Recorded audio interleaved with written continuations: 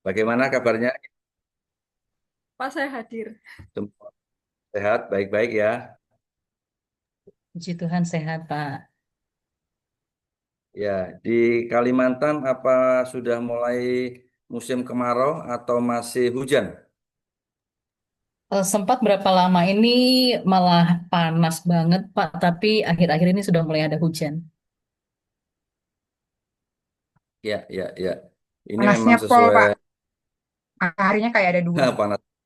Di sini hujan deras terus, Pak. Ya, rilis BMKG memang menyatakan bahwa musim pancaroba, pergantian musim menuju musim kemarau, itu akan dimulai pertengahan April ini ya, pertengahan April. Sehingga hari ini di situasi pancaroba ini panasnya pasti ekstrim, tetapi di sela-sela itu pasti akan ada hujan dibarengi dengan petir, dengan kilat yang menyambar-nyambar, dan kemudian angin kencang.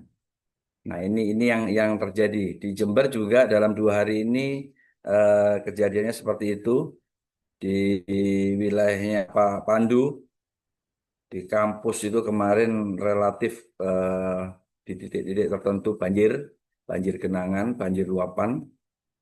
Oleh karena itu diwaspadai. Di situasi ini harapan saya Ibu Bapak menjaga kesehatan karena pasti akan banyak hal yang ketika panasnya sangat-sangat ekstrim, menyengat, yang paling enak ya minum es degan. Tapi setelah itu biasanya udah langsung kalau bahasanya orang Jember tepar gitu ya. Nah, oleh karenanya dijaga situasi atau cuaca ekstrim ini supaya kita bisa melalui dan nanti diperkirakan akan puncak musim kemarau itu bulan Agustus sampai dengan September. Oleh karena itu kami pun di Jember sedang mempersiapkan hal-hal yang berkaitan dengan bencana kekeringan. Di dalamnya pasti urusannya urusan kekurangan air bersih, urusannya urusan adanya kebakaran baik di lahan maupun di hutan. Maka kami siaga satu ya, kita dalam kondisi waspada hari ini untuk mengantisipasi berbagai eh, potensi bencana kekeringan ini. Baik, Bapak sekalian yang saya hormati bahwa pada kesempatan yang lalu kita sudah membahas hal-hal yang berkaitan dengan administrasi perbandingan administrasi publik ya. Nah, oleh karena itu pada kesempatan hari ini saya akan fokus kepada tugas nanti yang Ibu Bapak akan buat yaitu kaitan dengan review teori. Oleh karena itu sebelum masuk pada tugas tersebut, pada ketentuan-ketentuan yang menyangkut kaitan dengan pelaksanaan tugas, maka saya akan mencoba memberikan beberapa gambaran terkait dengan review teori, bagaimana pelaksanaannya bisa membuat atau menjadikan mempermudah Ibu Bapak ketika nanti eh, berbicara tentang review teori dan menjelaskan serta mengimplementasikan dalam pelaksanaan tugas yang tentu saja harus Ibu Bapak kerjakan karena memang ini bagian dari modul yang harus kita ikuti di mana tentu saja eh, hal yang menyangkut kaitan dengan ini tentu harus difahami asbabun nuzulnya, baru kemudian Ibu Bapak akan melaksanakan tugas-tugas yang berkaitan dengan review teori dari sumber-sumber jurnal internasional yang ada di Scopus dan tentu saja ini yang inline dengan eh, topik atau judul yang akan Ibu Bapak ambil dalam disertasi Ibu Bapak sekalian. PPT-nya belum keluar? Oke.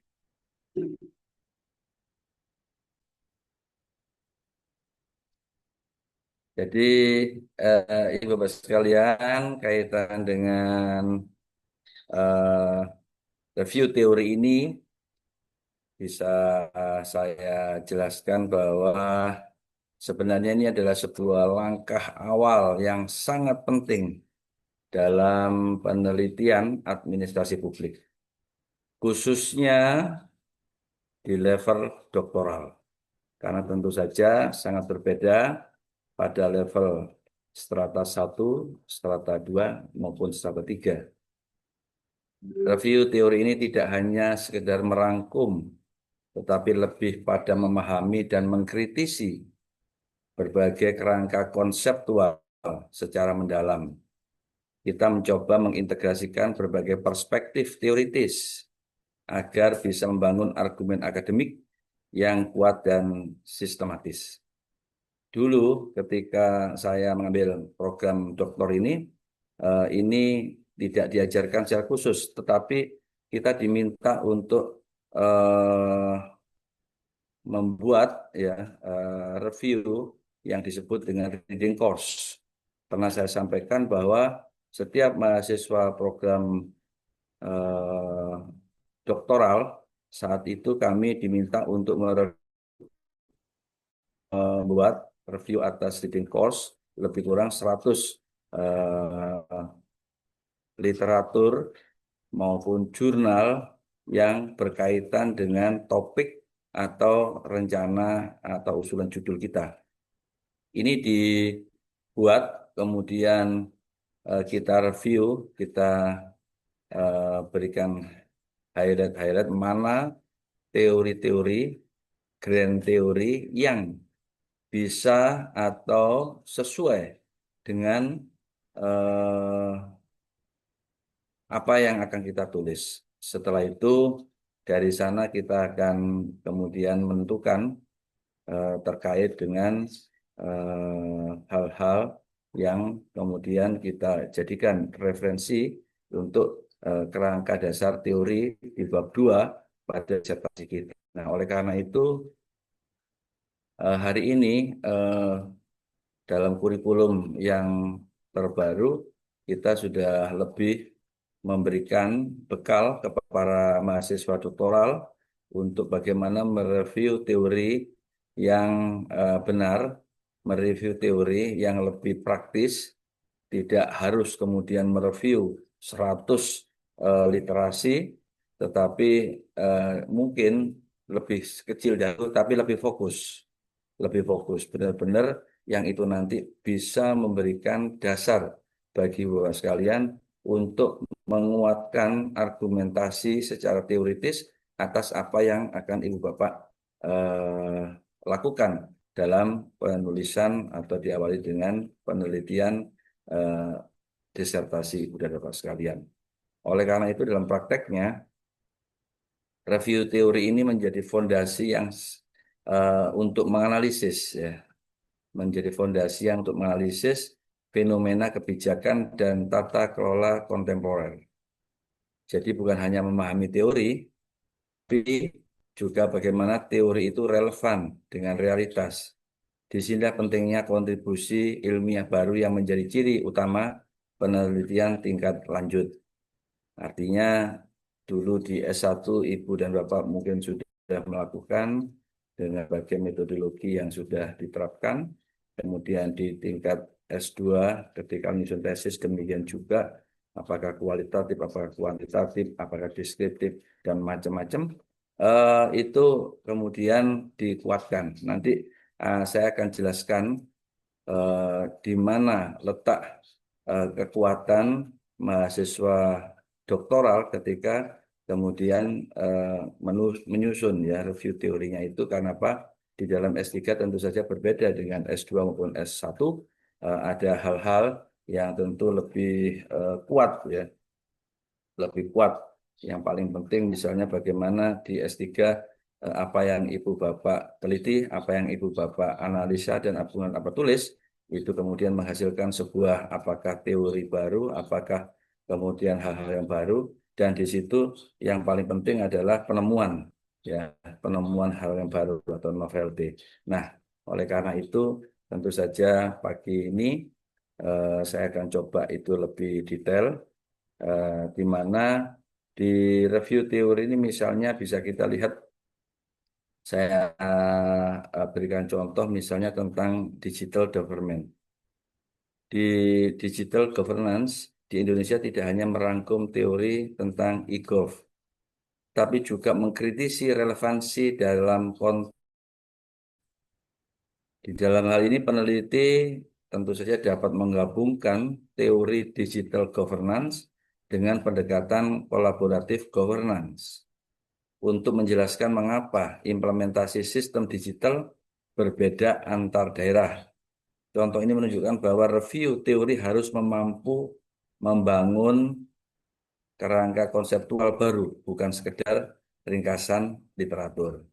Tentu saja tadi saya sampaikan antar daerah pun, katakan ketika bicara tentang smart city, sudah ada guidance-nya, sudah ada panduannya dari pemerintah pusat, tetapi dalam pelaksanaannya masing-masing daerah tidak memiliki kesiapan yang sama.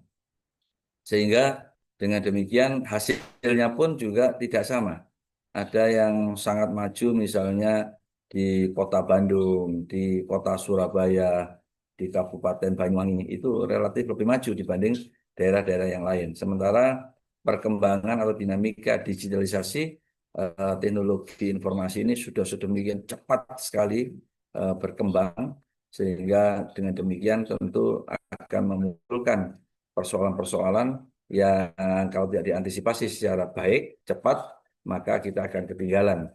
Karena apa? Karena dinamisnya digitalisasi, maka daerah-daerah yang tidak segera melakukan penyesuaian, maka dengan sangat terpaksa dia akan ketinggalan dengan sendirinya. Ya.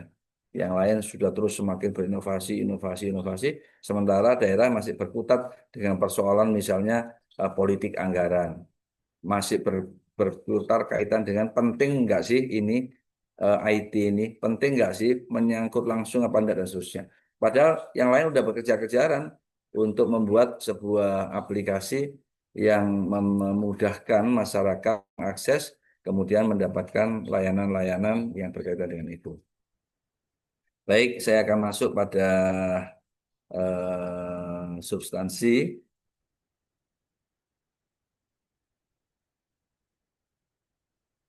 Ini sudah barusan. Ayo, next.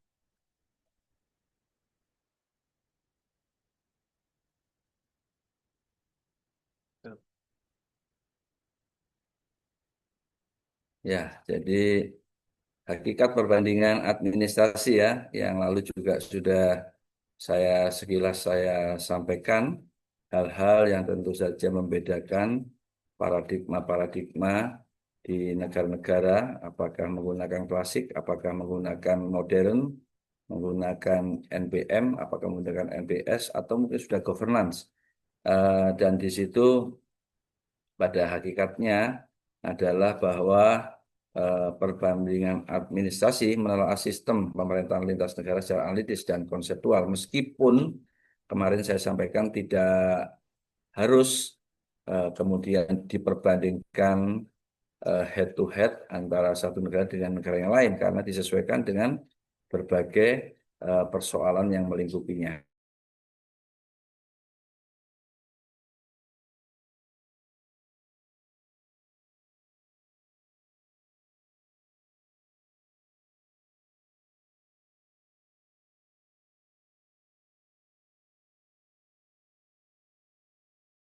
Perbedaan, tetapi juga mencoba memahami mengapa perbedaan itu terjadi. Faktor budaya, faktor politik, faktor kelembagaan menjadi sangat penting dalam analisis ini. Dalam prakteknya, pendekatan ini membantu kita mengidentifikasikan pola-pola umum sekaligus kekhasan setiap negara. Dari situ kita bisa mengambil pelajaran atau best practice yang relevan. Namun yang perlu diingat, tidak semua praktek ini bisa langsung diadopsi karena harus disesuaikan dengan lokal masing-masing sebagaimana yang saya sampaikan. Ambil contoh misalnya perbandingan sistem pelayanan publik antara Indonesia dan Singapura. Yang ini tentu saja menunjukkan bahwa kalau hari ini Singapura menunjukkan keberhasilan yang luar biasa, tentu saja itu dipengaruhi oleh birokrasi yang profesional dan sistem merit yang kuat. Ya, jadi di sana menurut pandangan kita tentu luar biasa karena etos kerja, disiplin kerja itu membuat produktivitas kerja dilandaskan karena hal-hal yang sifatnya profesional dan kemudian dengan sistem merit yang kuat. Mungkin nggak ada titip-titipan, nggak ada sponsor-sponsoran dan seterusnya, sehingga suasananya menjadi kompetitif dan setiap birokrat bisa memberikan layanan sesuai dengan SOP yang mereka sudah lakukan. Sementara kita sama-sama tahu kalau kita menunjuk diri kita, Indonesia, hal-hal yang barusan saya sampaikan itu luar biasa, masih sangat-sangat mungkin terjadi. Artinya, merit system itu merupakan hal yang ingin dicapai pada suatu saat. Tetapi pada situasi saat ini masih kental dengan spoil system. Jadi semuanya masih mengacu kepada hubungan kekerabatan, siapa di bawah siapa, siapa rekomendasi siapa, dan seterusnya. Sehingga hampir di setiap lini kehidupan kita di pemerintahan negara, maka persoalan itu muncul. Mulai dari rekrutmen, misalnya yang saat ini sedang lagi rame-ramenya, itu adalah rekrutmen untuk para perwira muda, baik di Akpol, di Akmil, AAL maupun AAU, yang notabene hampir semuanya di situasi SOP-nya bahwa pendaftaran gratis, tidak dipungut biaya, semuanya fair, clean and clear. Tetapi pada kenyataannya ya tetap yang muncul adalah ternyata sulapan-sulapan, ternyata hanya orang yang berduit, hanya orang yang dekat dengan kekuasaan, hanya orang yang punya jaringan khusus, networkingnya luar biasa, dipengaruhi kekuasaan maupun uang, itu yang berhasil. Katakan kalau ada yang murni, bisa dikatakan mungkin baru 10%. 10% itu yang murni, yang betul-betul memang anak pinter, anak sehat, kemudian memenuhi semua persyaratan dari keluarga, mungkin dari keluarga yang kurang mampu, dari orang tua yang orang tuanya dengan mata pencarian yang tidak tetap, tetapi anaknya memiliki kemampuan. Nah, itu ada faktanya 10% bisa dipastikan itu adalah betul-betul clean and clear yang berhasil. Tetapi selebihnya itu masih masyarakat terlanjur tidak percaya bahwa tanpa adanya campur tangan, tanpa adanya buah tangan, itu nggak mungkin terjadi. Nah, itulah. Nah, situasi itu hari ini dijawab oleh Polri, misalnya 2026 betul-betul kita tidak terima titipan. Nah, kalau statementnya tidak terima titipan, berarti sebelumnya terima titipan dong, kan begitu. Nah, ini persoalan-persoalan yang saya pikir menjadi domain kita di sistem administrasi negara Republik Indonesia. Di sudut pelayanannya itu nampak sekali terjadi. Maka tentu saja itu baru contoh kecil di salah satu institusi yang memang di situ menjadi primadona. Di institusi yang lain, masuk perusahaan, nitip orang untuk jadi karyawan Indomaret, jadi karyawan Alfamart, kalau nggak ada memo, kadang-kadang nggak masuk juga gitu. Nah, ini persoalan dan kita harus akui itu. Yang namanya merit system masih jauh panggang dari api karena memang masih muncul dalam sistem kinerja kita, penilaian kita itu masih belum baik-baik saja. Nah, oleh karena itu tentu harus kita sepakati bahwa hal-hal yang menjadi perbandingan tadi itu nggak bisa head to head, tetapi mana yang memang harus kemudian kita bisa lakukan untuk keadaan yang lebih baik. Next. Pendekatan teoritis utama di mana kemudian saya ingin menjelaskan bahwa dalam administrasi publik itu ada beberapa pendekatan teoritis utama yang perlu dipahami secara komprehensif. Pendekatan klasik menekankan efisiensi dan struktur hierarki. Ini masuk paradigmanya Weberian, ya, jadi paradigma klasik. Tetapi udah pasti di sini kekuatannya memang menekankan pada efisiensi, hierarki, dan rasionalitas birokrasi. Tetapi di pendekatan modern sudah mulai memasukkan konsep governance dan kolaborasi. Di sisi lain, pendekatan kritis mengajak kita melihat aspek kekuasaan dan ketimpangan yang sering tersembunyi dalam kebijakan publik. Sementara itu, pendekatan institusional fokus pada aturan formal dan informal yang membentuk perilaku organisasi. Dalam prakteknya, tidak ada satupun pendekatan yang dominan, melainkan kombinasi dari berbagai perspektif yang digunakan untuk memahami fenomena administrasi publik secara lebih utuh. Jadi lebih kepada adanya kombinasi, ya, kombinasi di mana disesuaikan dengan situasi yang ada, kemudian dimunculkan kolaborasinya di situ. Sehingga kadang-kadang kombinasi ini ada nilai plus, ada nilai minusnya. Bisa jadi pada nilai minusnya, kombinasi ini juga kemudian misalnya pada program-program bantuan itu masih seringkali tidak tepat sasaran. Kalau kita mau diskusi tentang bagaimana program PKH, bagaimana program bantuan sosial yang lain, seringkali sampai capek saya dari bupati ke bupati, dari masa ke masa, pendekatannya yang diluncurkan di Kementerian Sosial itu selalu berbeda. Semua menteri punya rasa sendiri-sendiri, tapi ujung-ujungnya tetap saja kita masih kesulitan untuk menampilkan,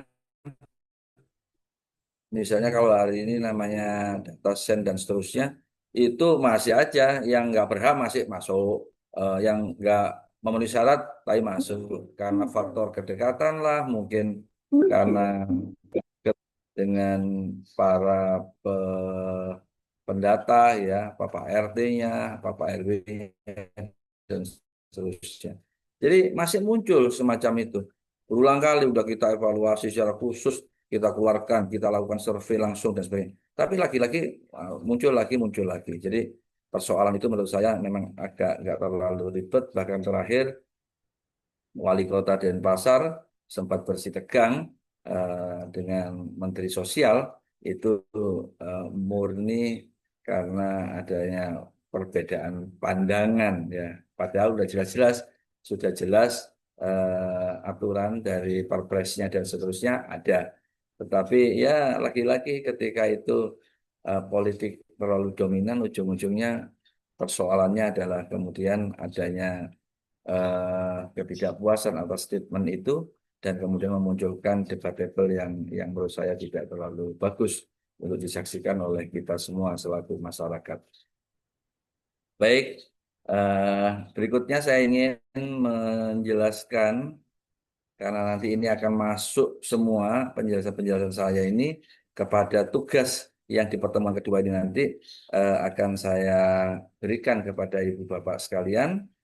Untuk di pertemuan kedua saya akan sampaikan, dan kemudian di pertemuan ketiga berarti minggu depan dan keempat saya berharap tugas ini sudah bisa diselesaikan kemudian kita masuk pada presentasi, dan kemudian kita akan lakukan beberapa hal yang untuk membenahi hal-hal tersebut.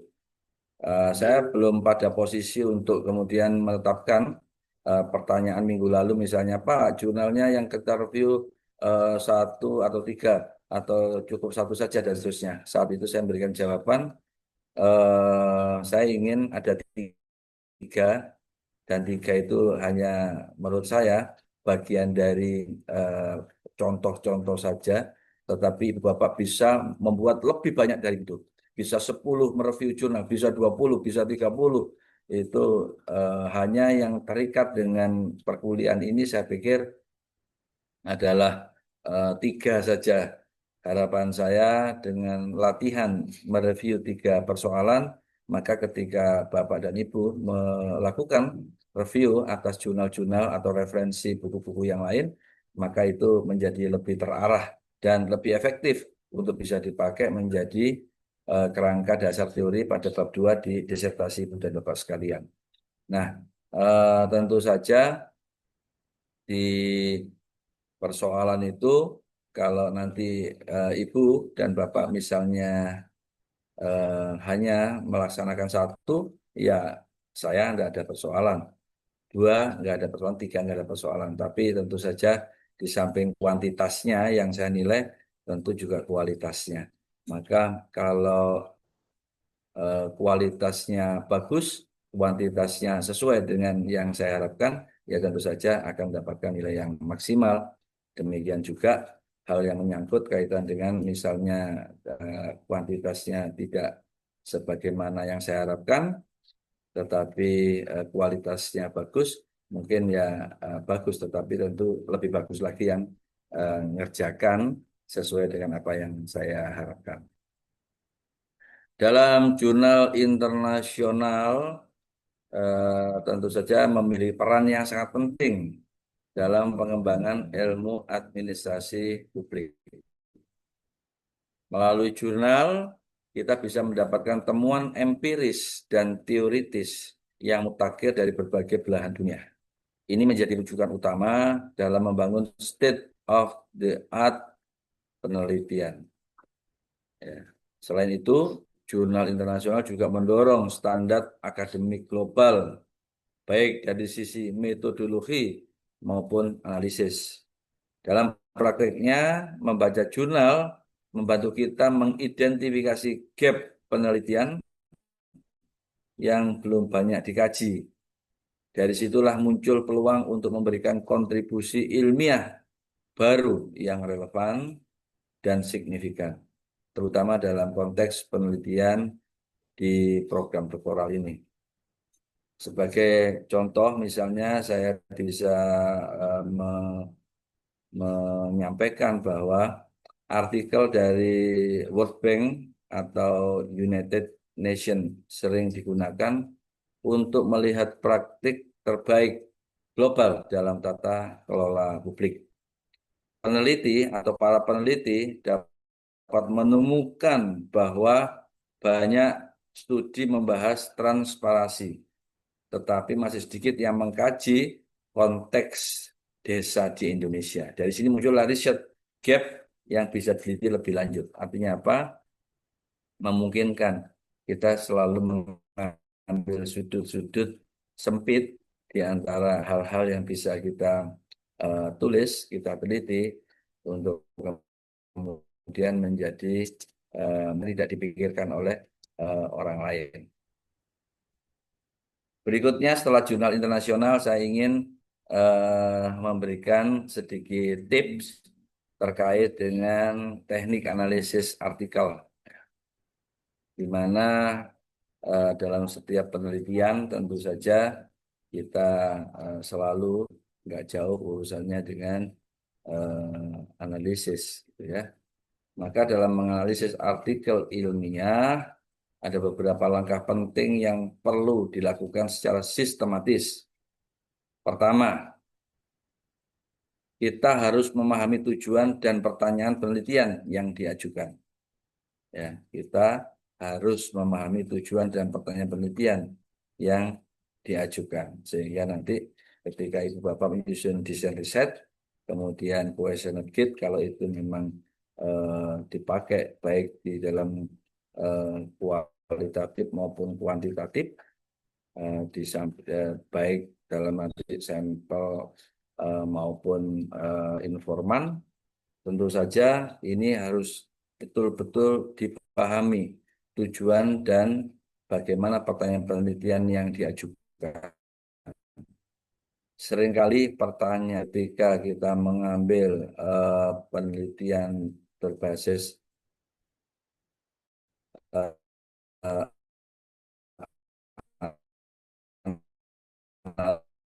analitik, ya, cukup tertentu, karena kadang kita agak malas, mungkin kesulitan bertemu dengan responden untuk kemudian hanya titipkan. Padahal kadang-kadang para responden kita yang kebetulan adalah misalnya pimpinan unit, seringkali juga malas juga, kadang-kadang diserahkan pada stafnya untuk diisi. Syukur-syukur kalau diisi staf tapi dikoreksi kemudian diarahkan, itu masih masih mending. Kadang-kadang apa yang ditulis staf langsung aja udah disuruh kasihkan, sehingga memang di sana kadang-kadang ada biasnya gitu. Ada biasnya, apa yang kita tanyakan dalam tujuan penelitian, tetapi kadang-kadang seringkali data yang kita harapkan tidak sesuai dengan keinginan atau fakta di lapangan. Nah, berbeda di penelitian deskriptif, tentu saja kita ya lebih mendalam, karena informan-informan yang kita tetapkan tentu kita harus bertemu, kita harus wawancara, kita harus diskusi untuk mendapatkan data yang memang betul-betul kita harapkan. Maka di situ detailnya pemahaman menjadi lebih kuat, karena kemudian kita seringkali bertemu langsung dengan para informan kita. Tetapi masalahnya pada titik tertentu, apakah informan kita itu para pimpinan OPD, atau lebih kuat lagi ke atas misalnya sekda, atau lebih kuat lagi pejabat politik, dalam ini adalah bupati dan wakil bupati, kadang-kadang kesulitan bertemunya. Saya beberapa kali membantu misalnya rekan-rekan yang sedang mengambil program doktor di Australia misalnya, ketika dia mengambil misalnya informannya itu adalah OPD yang ada di Jember. Jadi untuk bertemu dengan kepala OPD-nya setengah mati, bagaimana mau bincang-bincang. Lagi-lagi, nah ini yang saya katakan, masih ada sambungannya dengan tadi sistem merit. Lagi-lagi, kemudian baru setelah saya rekomendasikan, saya atur pertemuan antara kepala OPD tersebut dengan yang bersangkutan, maka semuanya menjadi lebih mudah. Langsung bisa masuk, langsung diberi waktu, wah welcome banget gitu. Karena apa? Karena faktor ada yang bawa. Tapi kalau nggak ada yang bawa, betul-betul mengajukan, lah responnya bisa positif, bisa negatif. Kalau kebetulan pas negatif, diterima tapi diberi jadwal waktu, nggak ketemu-ketemu, bikin stres juga kepada para penelitinya, karena tidak segera bisa mendapatkan informasi dan data yang dibutuhkan. Nah, oleh karena itu yang pertama. Sedangkan yang kedua, itu adalah para mahasiswa itu harus mengkaji kerangka teori yang digunakan dan relevansinya dengan konteks studi. Ya. Jadi selalu harus melihat kerangka dasar teori yang harus diteliti, maka harus ada relevansinya dengan konteks studi tersebut. Yang ketiga, menilai metodologi penelitian secara kritis, apakah sudah valid dan reliable. Dan yang terakhir, mengevaluasi temuan dan implikasi kebijakan yang dihasilkan. Jadi 4 poin itu yang harus dilakukan dalam rangka teknik analisis artikel. Tetapi kadang-kadang dalam prakteknya, analisis ini tidak hanya bersifat deskriptif, tetapi juga kadang-kadang kritis ya, terlalu kritis banget. Artinya kita harus mampu menilai kekuatan dan kelemahan dari setiap artikel yang dikaji. Jadi kesungguhan kita cermat untuk melihat sebuah artikel dan kemudian melihat dari berbagai dimensi itu berpengaruh terhadap apa yang menjadi hasil review kita itu. Berikutnya eh, saya ingin mencoba membahas kriteria evaluasi artikel ya, di mana tentu saja mengevaluasi artikel ilmiah ada beberapa kriteria utama yang perlu diperhatikan. Dari sisi teori kita bisa melihat apakah konsep yang digunakan konsisten dan relevan. Dari sisi metodologi kita menilai validitasnya, reliabilitasnya, dan transparansi penelitian. Selain itu, kontribusi ilmiah juga menjadi aspek yang penting, terutama terkait kebaruan dan signifikansi temuan. Dan tidak kalah pentingnya, kita juga harus melihat relevansi praktisnya terhadap kebijakan publik. Dalam prakteknya, evaluasi ini membantu kita menentukan apakah suatu artikel layak dijadikan rujukan utama dalam penelitian. Nah, maka tentu saja kriteria-kriteria itu menjadi penting. Apakah kemudian artikel tersebut layak atau tidak layak menjadi rujukan utama? Karena tentu harus diukur, ya, diukur dari sisi metodologinya, diukur dari sisi teorinya, diukur hal yang menyangkut kaitan dengan signifikansi atas temuan terhadap teori tersebut. Nah, tentu saja baru setelah yakin bahwa hal-hal tersebut bisa diketahui, bisa didapat, barulah kemudian artikel ini dinilai dan diputuskan untuk layak sebagai referensi tambahan, bukan utama. Tetapi kalau kemudian betul-betul sesuai ya dari berbagai hal yang tadi saya sebutkan, validitasnya, reliabilitasnya, kemudian transparansi penelitian dan seterusnya, maka barulah kemudian dijadikan sebagai referensi utama. Maka Ibu dan Bapak sekalian bisa mencoba untuk melihat tadi dari berbagai jurnal yang relevan untuk Ibu Bapak lakukan review, kemudian referensi-referensi dari buku pustaka dan seterusnya yang referensi, mana yang kemudian itu menjadi kata kuncinya gitu ya, menjadi referensi utama. Karena memang kadang-kadang kita di dalam menulis, meneliti, itu kan kita mencoba untuk mempertanyakan atas sebuah teori apakah ini betul-betul relevan atau tidak, atau kemudian justru menambah khasanah temuan menjadi teori baru. Maka hal-hal yang demikian itu seperti yang saya tulis pada saat saya mengambil program doktor 2010 sampai 2014, itu misalnya saya mengambil grand teori saya adalah dari Aberbach ya. Aberbach itu terkait dengan non-government organization, jadi NGO.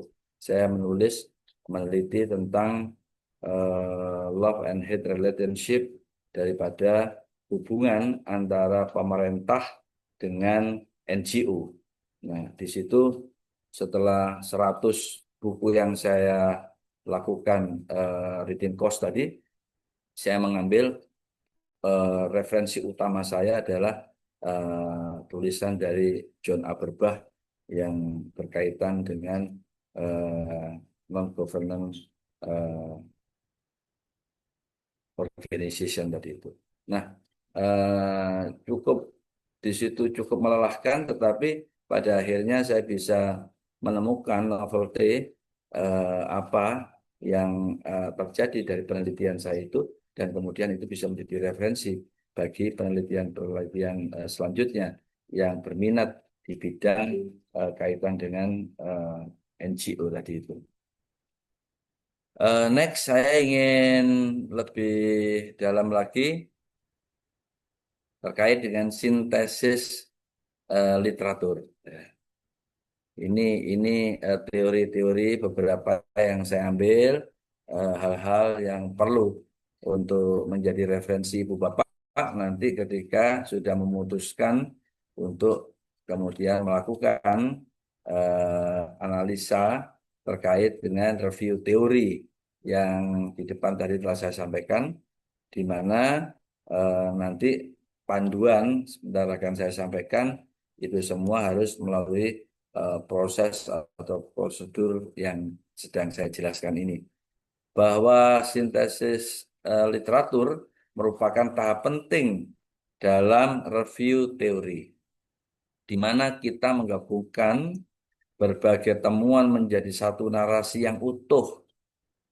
Tujuannya adalah untuk menemukan pola, tren, dan perbedaan dalam literatur yang ada. Dalam prakteknya, sintesis ini tidak hanya merangkum, tetapi juga mengintegrasikan berbagai teori untuk membangun kerangka konseptual baru. Dari sinilah kita bisa merumuskan hipotesis atau pertanyaan penelitian lanjutan yang mana dari sintesis literatur menjadi jembatan antara teori yang ada dengan pengembangan penelitian yang lebih inovatif. Saya mencoba mengambil contoh ini untuk memudahkan Ibu Bapak mengambil dalam sintesis literatur. Ambil contoh misalnya, Ibu Bapak mengambil 20 artikel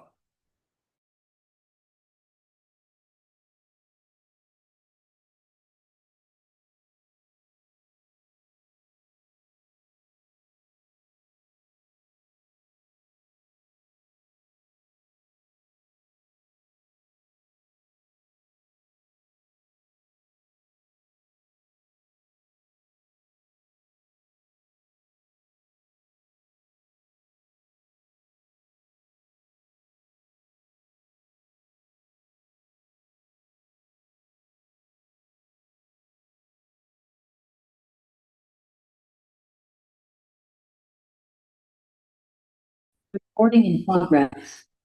Connect Pak. disconnect ya. Ya.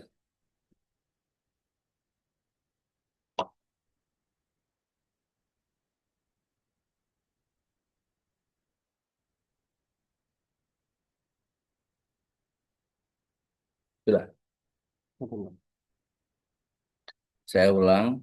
Jadi sebagian peneliti kemudian menekankan kepada teknologi dalam desa digital tersebut. Kemudian sebagian lagi mungkin menyoroti tentang kapasitas sumber daya manusianya.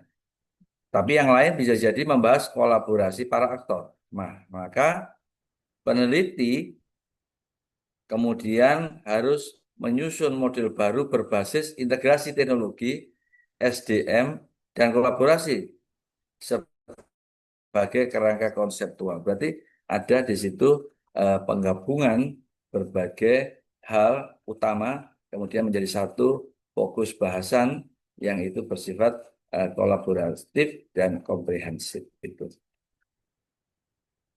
Baik, Ibu sekalian, saya akan lebih cepat lagi untuk menjelaskan tentang teori atau review teori ini. Setelah itu kita masuk pada penugasan. Berikutnya adalah analisis kritis. Ya. Analisis kritis tentu saja bagian ya yang membedakan penelitian biasa dengan penelitian tingkat lanjut. Dalam penelitian tingkat lanjut berarti pada program doktor tentu saja memang hal-halnya menjadi lebih detail, ya, lebih komprehensif, karena tentu saja hasil penelitian di level doktor tentu saja ini harus layak dipublikasikan dengan reputasi yang bersifat internasional. Nah, oleh karena itu, di situ kreativitas, inovasi, kemudian originalitas itu menjadi yang utama. Karena apa? Karena di penelitian S3 harapannya adalah mampu memberikan kontribusi yang signifikan terhadap ilmu pengetahuan. Ya, state of the art-nya itu harus jelas. Ya.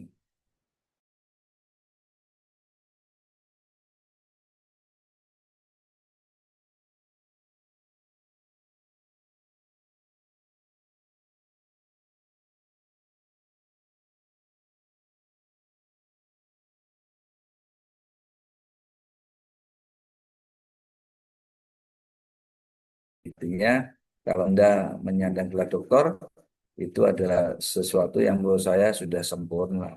Sempurna dalam arti kata tidak hanya secara teori, tetapi yang paling paling penting penyandang gelar doktor itu adalah secara filosofis, itu adalah orang-orang yang bisa menjadikan tauladan, baik dalam sikap, ucapan, tindakan, dan perbuatannya. Jadi, kadang-kadang untuk menempuh program doktor nggak terlalu sulit, apalagi bagi ibu dan bapak yang memang basicnya adalah para akademisi, udah biasa baca, udah biasa. Tapi ada hal yang saya tangkap ketika saya belajar di program doktoral ini adalah yang paling penting itu adalah attitude.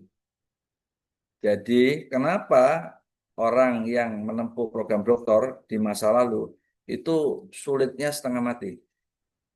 Ada yang sampai 5 tahun, 8 tahun, 10 tahun.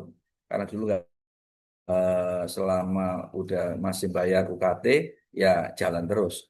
Maka banyak rating saya, banyak sebelum saya itu yang sampai di angka 8-10 tahun baru selesai program doktornya. Banyak dosen-dosen kita, senior-senior di UNED misalnya yang paling dekat dengan saya di sini, itu yang menempuh pendidikan padahal beliau-beliau adalah akademisi, beliau-beliau adalah para dosen, selesai dalam kurun waktu 5-6 tahun di Pajajaran, ada yang di UB, ada yang di UGM dan seterusnya. Bahkan ada yang sampai di luar negeri. Itu rata-rata paling cepat 3-4 tahun, tetapi seringkali sampai pada begitu. Saya sempat discuss dengan beberapa senior itu, saya sampaikan kenapa kok lama, Cang? Jadi persoalannya sekali lagi, program doktor itu tidak sebatas hanya penguasaan teori, tidak sebatas hanya pinter tok, tapi yang paling penting adalah attitude. Bagaimana waste-nya seorang dokter secara filosofis, dia sudah mampu menjadi ngarso tulodo. Jadi menjadi contoh bagi kalangan terutama yang kalangan di perguruan tinggi sebagai seorang akademisi. Jadi kalau kemudian dokter tapi kelakuannya masih kesana kemari, masih ejek-ejek, ya masih belum layak disebut dokter gitu. Karena sebenarnya di ilmu atau di situasi status tertinggi keilmuan, dia sudah selesai dengan dirinya. Jadi harus sikap, perilaku, ucapan, perbuatan betul-betul merepresentasikan dia sebagai seorang panutan gitu. Maka tentu yang kemudian tidak mudah itu adalah bagaimana mengendalikan diri kita untuk secara filosofis betul-betul menjadi dokter yang bisa menjadi contoh bagi semuanya tadi itu. Nah, di penelitian analitis kritis ini, maka pada tahap itu kita tentu saja tidak memahami atau tidak hanya memahami isi penelitian, tetapi juga menilai kekuatan dan kelemahannya secara mendalam. kita mencoba mengungkap bias metodologisnya, keterbatasan dana, dan konteks penelitiannya. Selain itu, kita juga membandingkan hasil penelitian dengan studi lain untuk melihat konsistensi atau perbedaannya. Dalam prakteknya, analisis kritis ini membantu kita untuk menyusun argumen akademik yang lebih tajam dan berbasis evaluasi yang mendalam. Sebagai contoh misalnya, sebuah penelitian menyatakan bahwa e-government berhasil meningkatkan transparansi. Namun, setelah dianalisis kritis, ternyata data hanya diambil dari kota besar seperti Jakarta. Hal ini menunjukkan adanya bias dalam konteks, sehingga kesimpulannya tidak dapat digeneralisasikan untuk di daerah terpencil. Artinya hasil penelitian dengan basis data di Jakarta tentu nggak bisa kemudian digeneralisasikan di Aceh, di Papua, atau mungkin di Sumatera Barat, atau mungkin di Nias, nggak sama tentu. Nah, tentu saja ini yang dimaksud dengan kekritisan melihat sebuah penelitian, baik apakah itu kedalamannya, metodologinya, maupun hal-hal yang menyangkut dengan kompleksitas pengumpulan datanya. Kira-kira itulah kaitan diminta kepada kita untuk lebih kritis di dalam rangka penelitian yang betul-betul komprehensif bagi semuanya. 10 menit.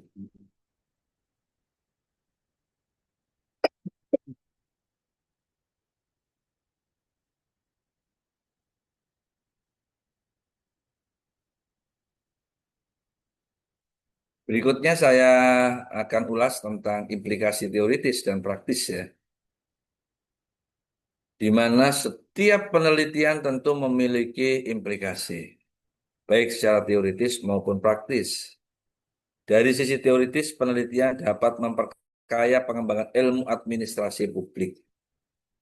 Sementara itu dari sisi praktis, hasil penelitian bisa digunakan sebagai dasar dalam merumuskan kebijakan yang berbasis bukti.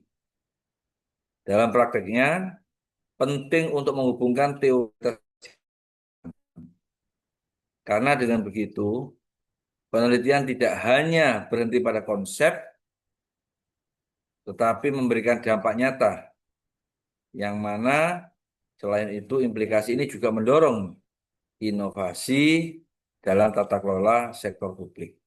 Artinya betul-betul di situ realitas-realitas yang ada dalam praktek pemerintahan bisa menjadi sumber untuk kreativitas, inovasi dalam mengelola tata kelola di sektor publik ini. Jadi tentu saja penelitian ini itu memberikan ruang yang cukup untuk membuat terobosan-terobosan hal-hal yang baru yang berguna dalam rangka pelaksanaan layanan publik. Ambil contoh ya, teoritis itu misalnya dalam penelitian tentang tata kelola desa.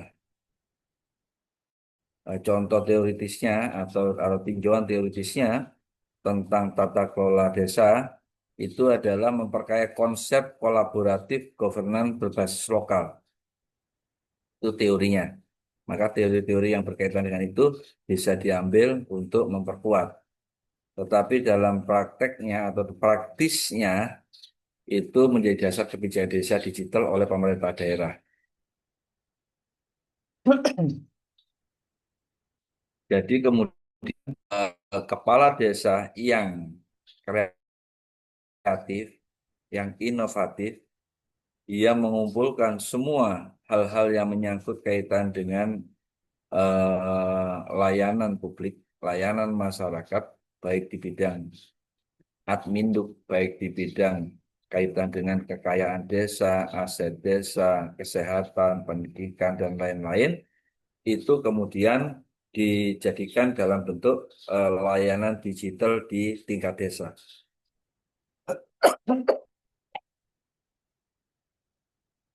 Sehingga hal ini menunjukkan bahwa penelitian itu disesuaikan dengan kearifan lokal, kebutuhan masyarakat di tingkat desa itu bisa diterapkan, bisa dilaksanakan, dan kemudian ini memberikan dampak terhadap kemudahan masyarakat di dalam rangka mengakses layanan tersebut.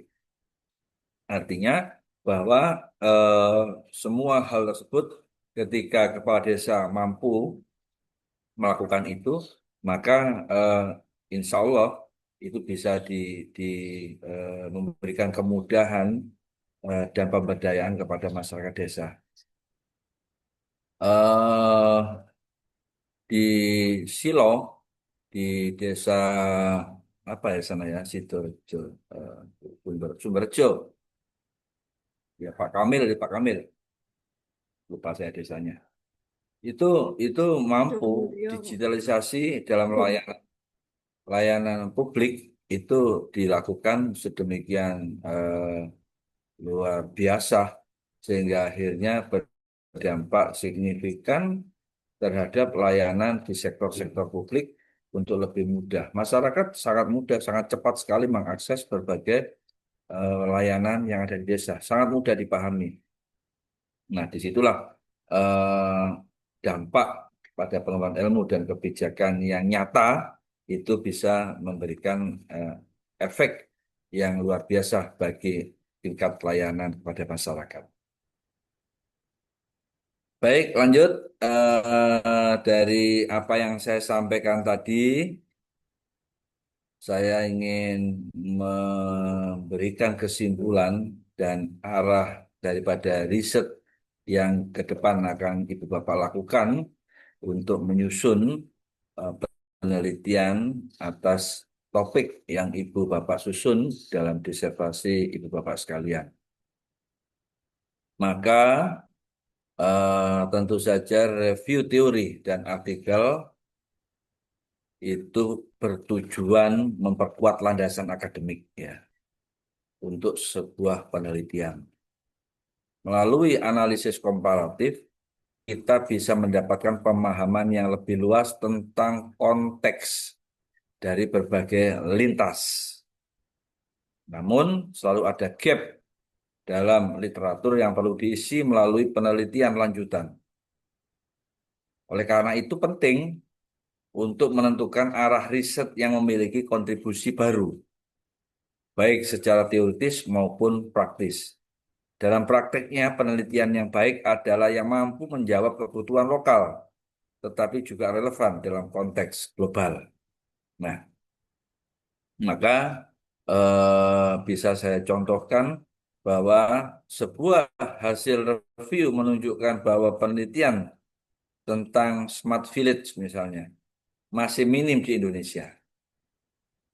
Oleh karena itu, arah riset selanjutnya dapat fokus pada integrasi teknologi dan partisipasi masyarakat dalam konteks lokal. Pendekatan ini memungkinkan kontribusi pada diskursus global sekaligus menjawab kebutuhan nasional. Artinya apa?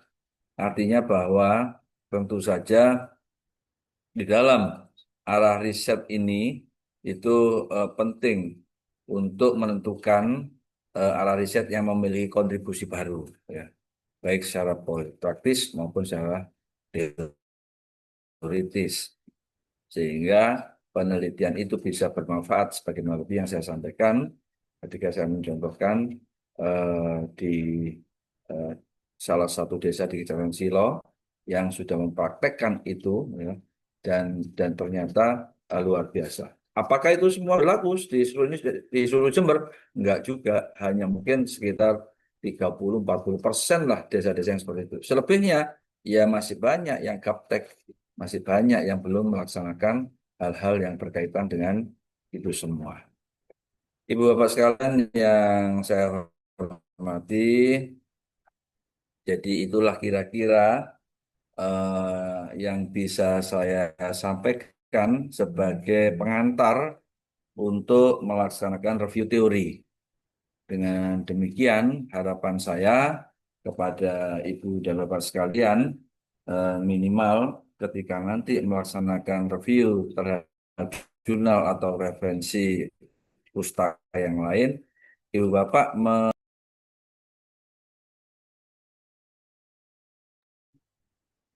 Ya, selesai.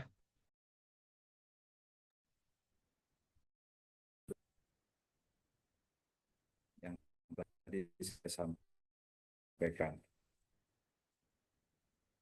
Ya, Coba. Yang di ini, Pak. eh,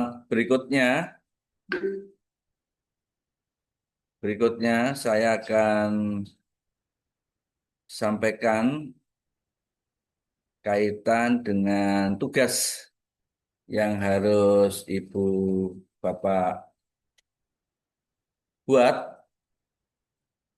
untuk perkuliahan pada pertemuan ketiga dan keempat nanti. Sekaligus tugas ini tadi menjadi implementasi daripada apa yang tadi telah saya jelaskan.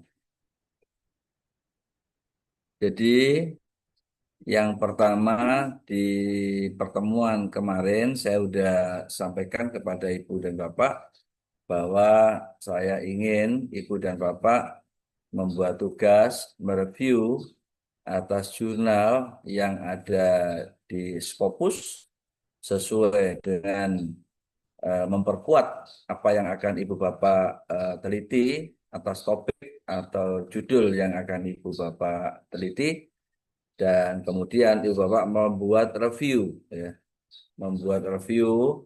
atas artikel jurnal tersebut yang kemudian itu menjadi pokok bahasan kita di pertemuan ketiga. Sekaligus kita akan melakukan discuss dan kemudian kita juga akan nilai, karena itu berkontribusi terhadap hasil penilaian Ibu Bapak sekalian. Yang ingin saya jelaskan adalah bahwa tujuan tugas utama ini bukan sekedar membaca artikel, tapi melatih kemampuan berpikir tingkat tinggi. Ya, higher order thinking skill. Analisis kritis, mahasiswa tidak hanya memahami isi artikel, tetapi mampu menguji apakah argumen penulis valid, apakah data pendukung kesimpulan, apakah terdapat bias. Nah, di situ harapan saya Ibu Bapak bisa baca ya. Saya tidak baca semuanya. Silahkan Ibu Bapak baca. Nanti kalau perlunya akan saya kirim ya. Saya kirim ke ketua kelas. Silahkan karena ini penjelasan atas ini saya siapkan ada 4 halaman ya. Yang paling penting adalah analisis kritis, sintesis, evaluasi ilmiah, dan novelty serta research gap. Ya, ini 5 poin inilah yang tadi saya jelaskan kepada Ibu Bapak sekalian. Jadi nggak saya ulang lagi. Silakan nanti dibaca lagi apa yang tadi telah saya sampaikan. Kemudian ini sebenarnya adalah resum daripada apa yang saya sampaikan tadi. Intinya pada level S3, mahasiswa tidak hanya menemukan gap, tapi juga harus mampu menggunakan dasar ini sebagai riset disertasi maupun nanti waktu persiapan untuk publikasi jurnal ya. Maka poin-poin ini. Nah, kemudian yang B, standar KKNI ya. Standar KKNI level 9. Kenapa harus di level 9? Tentu saja karena Ibu Bapak kan posisinya hari ini posisi S3 ya. Di posisi S3, maka tentu saja Ibu Bapak ya levelnya harus level 9. Nanti di S1 misalnya itu KKNI ya, itu ada di level 6 ya. kemudian di tesis atau di S2 nanti ada di level 8 ya. Sehingga kerangka kualifikasi nasional Indonesia itu sudah membuat standar ini. Oleh karena itu, kalau Ibu Bapak menggunakan standar 6, ya berarti Ibu Bapak harus kembali ke S1. Kalau 8, ya S2. Maka standar di S3, kita menggunakan KKNI level 9. Nah, itu penjelasannya. Silakan Ibu baca penguasaan teori mutakhir, berpikir kritis, menemukan kebaruan. Nah, jadi itu di yang harus Ibu Bapak laksanakan. Kemudian ini harus masuk di Scopus, artinya ada di Scopus, itu silakan ambil di sana. Kemudian silakan untuk disesuaikan. Ya. Selanjutnya penjelasan teknis. Ini yang kemarin ditanyakan oleh Bu siapa ya, lupa aku. Jadi standarnya standar Scopus. Kemudian karena nanti juga Bapak harus publish di Scopus ya. Harus publish di Scopus. Makanya mulai sekarang berlatih. Kalau dulu di era saya itu belum Scopus. Kita masih menggunakan jurnal-jurnal internasional yang lain. Saat itu misalnya saya menggunakan jurnal India. Eh, Baru setelah itu adik leting saya itu diwajibkan Scopus. Tapi angkatan saya ke depan atau ke belakang itu masih bisa melakukan di luar Scopus. Jadi kriterianya itu relevansi bidang, kemudian dalam 5 tahun terakhir, jadi jangan mengambil jurnal yang sudah lewat dari 5 tahun, ya.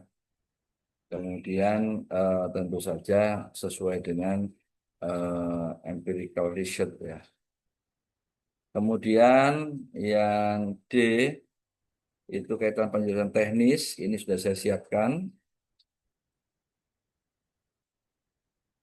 Minimal 3 artikel, minimal ini. Tapi kemarin saya memberikan lebih fleksibel, 3 artikel sebaiknya. Tapi kalau mau bikin hanya 1 artikel, ya tidak apa-apa. Yang penting udah paham, ya, ruhnya udah dapet, ya, intinya sudah dapat bahwa apa yang saya jelaskan tadi itu sudah 1 artikel, tapi bisa menjelaskan, oh ini sudah masuk semua kriteria-kriteria itu, clear.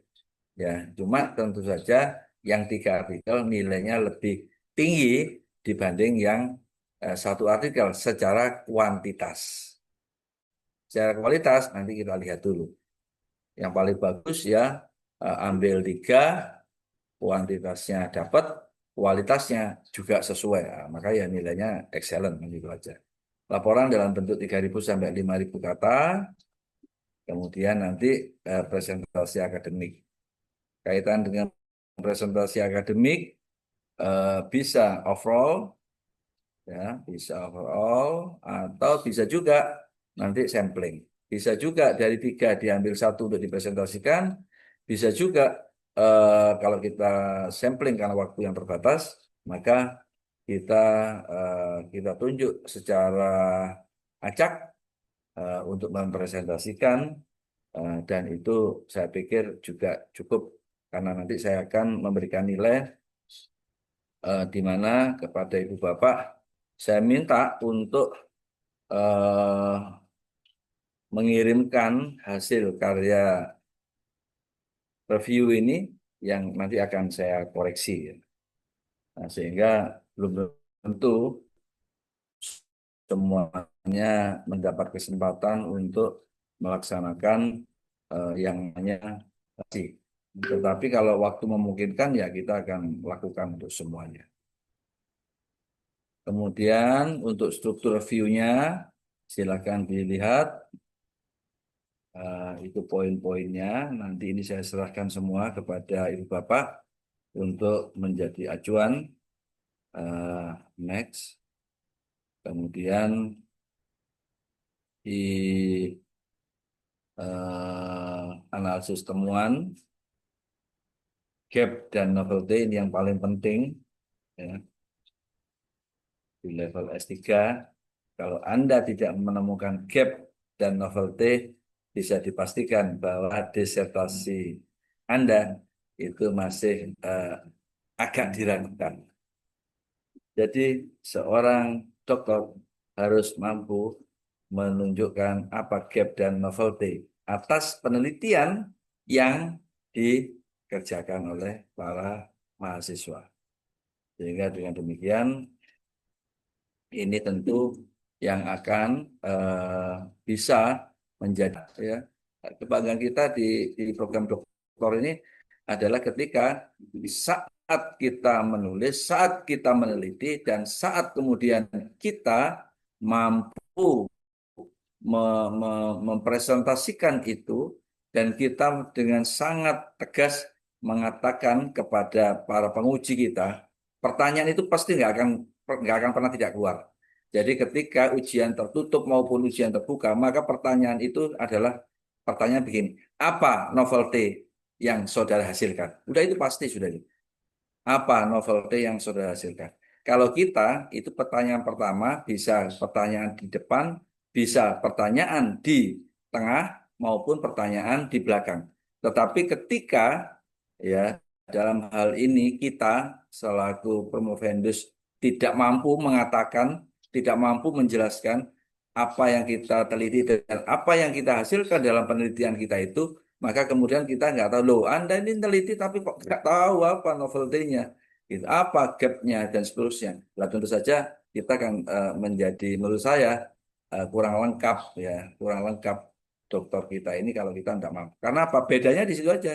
Di S1, di S2 mungkin tidak ada hal baru sifatnya membuktikan, baru sifatnya menjelaskan keterkaitan teori ini dengan tersebut. Tapi di S3 kita harus mampu menunjukkan apa yang menyangkut kaitan dengan temuan-temuan penelitian, temuan baru penelitian kita, dan apa yang membedakan itu dengan penelitian yang lain. Jadi itu yang menjadi fokus kita, dan kemudian tentu saja saya ingin menyampaikan bahwa kepada Ibu Bapak sekalian, hari ini sudah semakin maju, maka ketika apa yang kita tulis kemudian dari referensi yang ada, jangan sampai duplikasi dari toleransi yang diberikan. Yang terakhir, di halaman keempat itu saya menjadi hal-hal yang nanti menjadi ketentuan. Jadi penilaian misalnya kedalaman, kritik, sintesis, teori, argumentasi, dan teknis, itu ada persentasenya, itu nanti yang harus disiapkan oleh Ibu Bapak sekalian. Kemudian tentu saja yang ingin saya tekankan sekali lagi di S3 ini adalah fokus outputnya, ya, sekali lagi fokus outputnya itu adalah menghasilkan karya ilmiah berbasis penemuan baru, ya. Menghasilkan karya ilmiah berbasis penemuan ilmu baru, teori baru, atau hal yang sifatnya sesuatu yang berbeda dari sebelumnya. Yang kedua, menunjukkan kemampuan original thinking dan theoretical contribution. Dan tentu saja output umumnya tadi adalah ada teori baru kah, ada model baru kah, kemudian konsep baru kah, atau rekonstruksi dari teori yang sudah ada, dan itu kemudian dengan analisis tertentu ada pendapat lain. Dan tentu saja solusi inovatif terhadap masalah yang bersifat kompleksitas gitu ya. Nah, oleh karena itu eh, saya juga minta agar dimunculkan kreatif, inovatif, dan original ya. Artinya betul-betul Ibu Bapak laksanakan aja yang kemudian pada akhirnya review itu nanti bisa juga menjadi jurnal panjenengan yang layak dipublikasikan pada jurnal yang berregulasi internasional gitu ya, di Scopus atau di manapun itu. Jadi itu Ibu Bapak, dan eh, untuk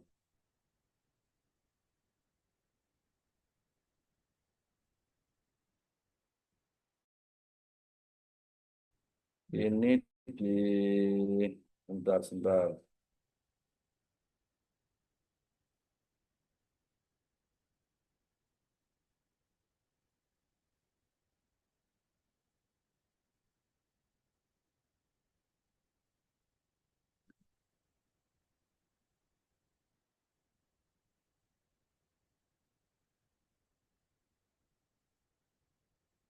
Jadi nanti ini eh, saya kirimkan ke Mas Pandu ya untuk tugas-tugas ini. Kalau misalnya besok udah selesai, bisa langsung dikirim.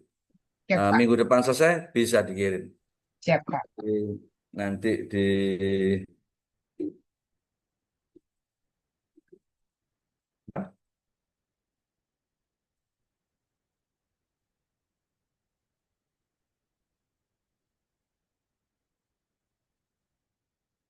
bisa, tetap bisa nyambung.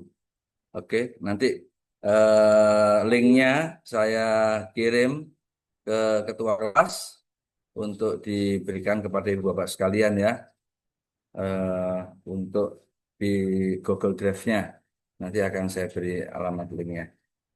Ibu bapak sekalian yang saya hormati, saya pikir itu poin-poin penting yang bisa saya sampaikan pada pembukaan mata kuliah pertemuan kedua ini. Saya minta kepada Ibu dan Bapak untuk mendiskusikan atau mungkin ada hal-hal yang harus ditanyakan. Mari kita bisa diskusikan pada kesempatan ini. Saya persilahkan.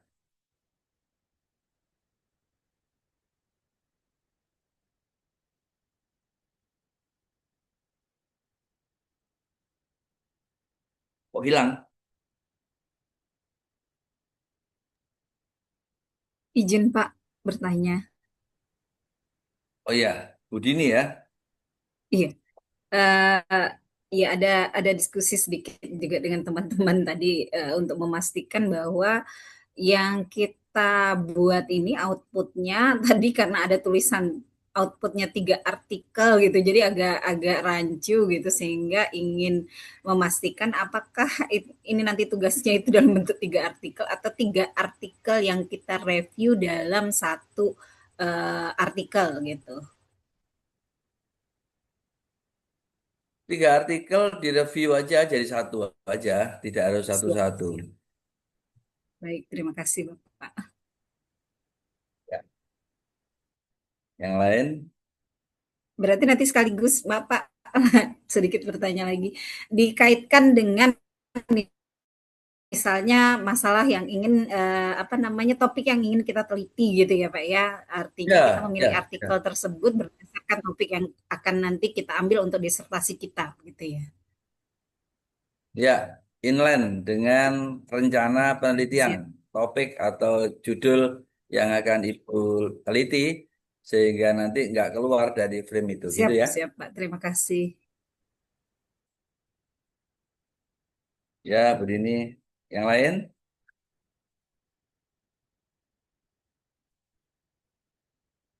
Udah absen kita? Sudah. Oke.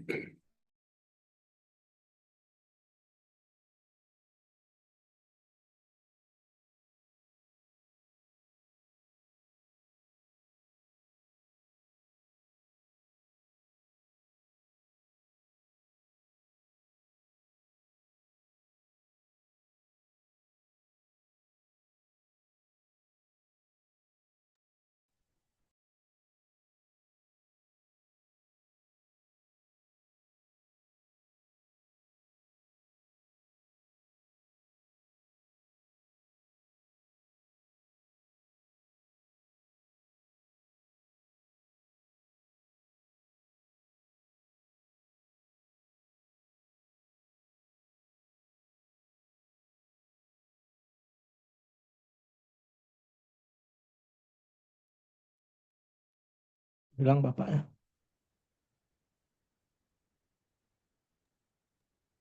Iya, kemana Bapak? Keluar kali. Saya belum Ya, sudah, absen Mbak tadi Din. Mbak Din. Sama, nggak ada, nggak bisa absen kok. Karena Enggak, di pas di absen di